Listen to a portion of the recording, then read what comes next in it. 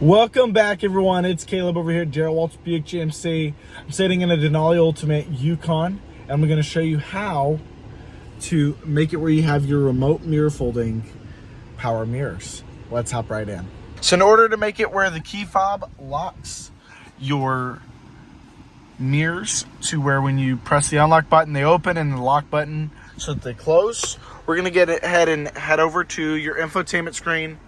Scroll over to your settings menu, go to vehicle, then we're going to scroll down to comfort and convenience, and we scroll down just a little bit more to remote mirror folding.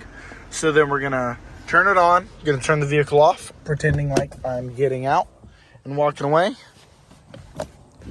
Going to go ahead and close the door, lock it up, and the mirrors remotely fold. And then say you want to hop back in it, you're ready to go. They open right back up. It's perfect for when you're parking in a garage. On top of that, it's also perfect for when you're parking very close to people inside of a garage or, in parking spaces. Another way to power fold your mirrors is going to be this button right here on your driver panel near all your other buttons. It looks like a little mirror right next to my finger, and then it opens it right up.